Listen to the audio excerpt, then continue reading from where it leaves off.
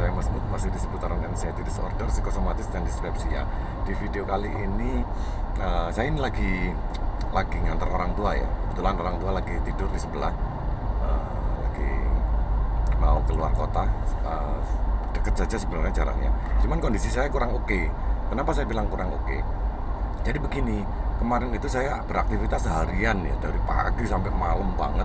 Sampai tidur itu kalau nggak salah semalam itu saya tidur sekitar jam 12 lah, jam 12 atau jam 1. Jam 1 ya, bener jam 1.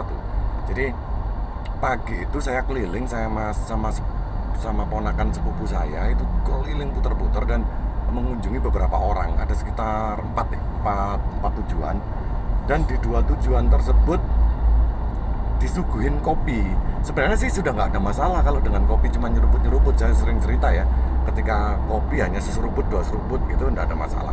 Cuman ini kemarin itu dua lokasi itu saya minum kopi setengah cangkir yang pertama, terus yang terakhir juga setengah cangkir lagi. Jadi genap 1 cangkir lah sebenarnya, karena saya termasuk orang yang triggernya itu adalah kopi ya.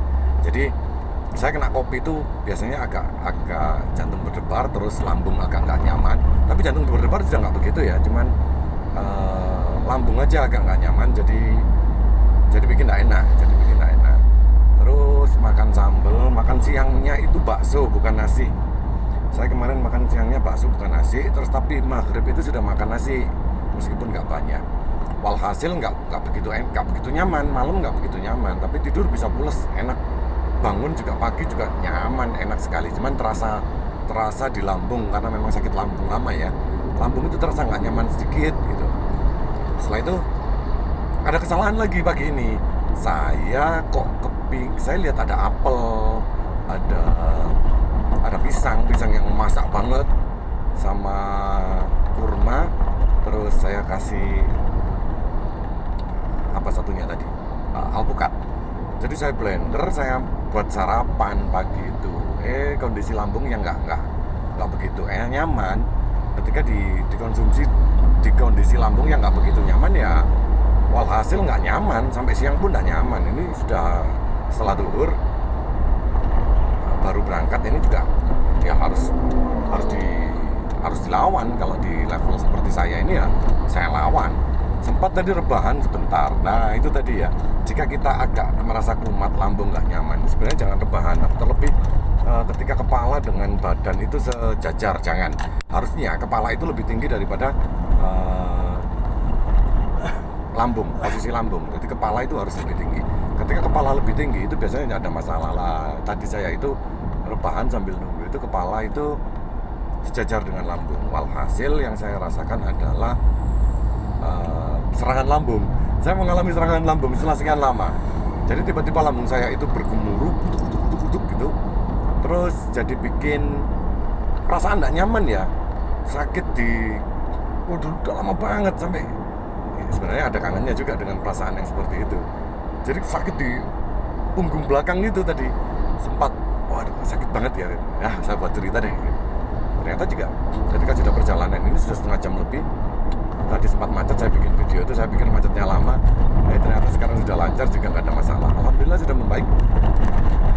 Penyembuhannya itu jauh lebih cepat daripada ketika kita masih sakit dulu ya. Artinya lambung kita itu hanya merasa sedikit trauma mungkin ya, sedikit trauma, ataupun kalau luka enggak kali. Mungkin sedikit trauma, hanya sedikit trauma saja dengan perasaan yang seperti itu. Pikiran kita juga sedikit trauma dengan perasaan yang dirasakan seperti itu. Jadi bikin sempat gak nyaman, cuman sebentar. Tapi di level yang seperti ini kalau nggak dilawan bahaya, jadi bisa terburuk lagi, kata orang-orang kan begitu. Jadi kalau anxiety disorder itu kalau ketika sudah membaik itu harus melawan, harus benar-benar melawan, nggak boleh lari. Dulu kan fight or flight, lawan atau lari. Tapi dulu sering lari, sekarang sudah nggak lari, saya lawan terus. Sekarang saya lawan perjalanan, enak, nyaman, semakin lama semakin nyaman, semakin berkeringat, hawanya panas sekali, bisa sendawa, bisa apa ya, bisa bergerak terus, tidak terpuruk diam diri di rumah. Jadi kita bisa mudah mengalihkan pikiran, pikiran yang bisa memicu kepada ketakutan. Meskipun sudah lama nggak ada rasa ketakutan, tapi beresiko karena orang-orang saya lihat di orang-orang yang lebih lama sakitnya dari saya itu, mereka bilang bisa kambuh kapan saja gitu loh. Anxiety disordernya itu bisa kambuh kapan saja, panic attack-nya itu bisa kambuh kapan saja. Sedangkan saya ingat betul rasanya panic attack itu dan saya tidak mau mengulang, makanya saya jaga betul, saya benar-benar menjaga. Mungkin ada kebocoran-kebocoran kayak kemarin itu hanya sedikit kopi atau salah makan atau apa, gitu-gitu memang masih ini ya, masih agak sering kayak gitu. Tapi kan langsung saya perbaiki, selalu langsung saya perbaiki dengan cepat. Apa itu anxiety-nya, apa itu lambungnya, pola pikirnya itu harus diperbaiki dengan cepat. Kayak gini nih saya tadi sempat hampir nolak, nggak jadi nganter, hampir seperti itu tadi.